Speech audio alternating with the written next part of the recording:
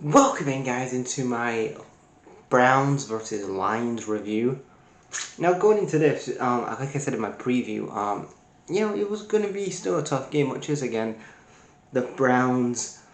Again, the Browns fans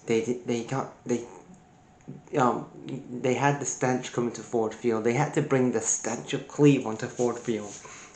But yeah, talking about the Browns, like you're looking at them going into this game heavily defensively. They were focusing on the defense is the best part. Really, the key point of really is breaking down that defensive side of the ball, which are really good at, especially Carson Schwarzenegger. I haven't seen the film studies of this game yet, so because again this is just like 2 hours after watching the game, so I haven't watched the whole film study yet. I want to go back and watch the film study of this game, and really and like give I have a good watch of what we went on. But I just want to give my kind of again my instant reactions. You go into the game here, and we coming off the Lions. We came off a great win against the Ravens last week at home, on the road, and then the Browns had a great win at home. So you start off with a great fourth. I mean, the Browns start off on the scoreboard early. They get an early conversion in the first with a Judkins. They do a so Kevin Stefanski does a fourth and goal. Duck kiss the touchdown from Duck kiss to make it to get the conversion up, and then instantly we're back in the game here with Jared Goff here. He does a third and five. Well, we do a third and five, but John Morton does a third and five here in the first, and then we're 7-7. We're back. We're 7-6 back in the game. Oh, what? Yeah, 7-6, and then we were supposed to be, and then Jamar Gibbs makes it 7-6. And then we're tied to 7-7 into the first half, and then the Browns. A lot of times in this game, the Browns will turn over the ball a shit ton. Like their offense, I've said in the preview, was bad, but especially when you look at Joe Flacco. Like Joe Flacco's had a good career as a Super Bowl winning quarterback with the Ravens. A number, about 12, 13 years ago now. He is definitely a legend. Gonna be in the Hall of Fame, maybe, I don't know, but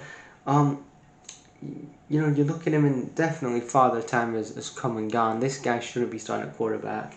He and basically he turns over the ball here at a 3rd and 8. Kirby Joseph intercepts the ball, runs the ball, and then we come back and make it 10-7 in the second. So we're ahead in the second quarter. There was a bit of sometimes in the game when you would see Jared Goff was in the pocket, and then Miles Garrett was was really squeezing him in the pocket and isolating him and turned him over once or twice.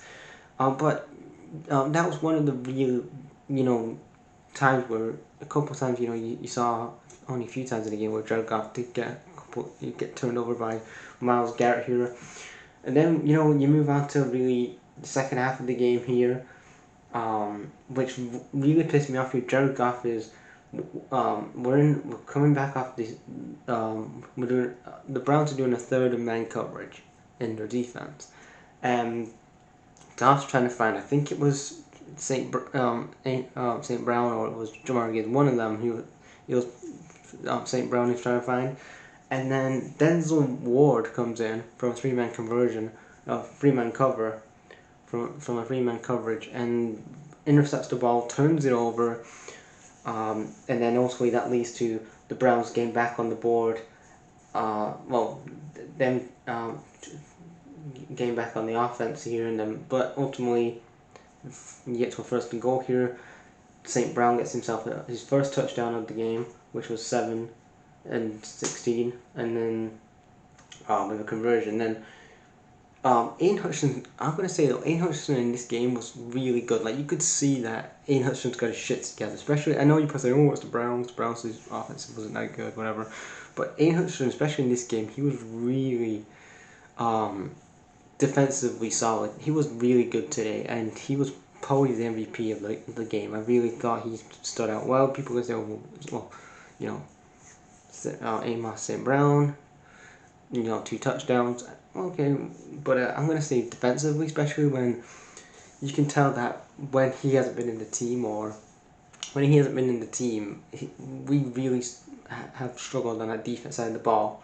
And even like Kirby Joseph was good with that interception he had in the first half. I think he was really good today. The defense was really solid today.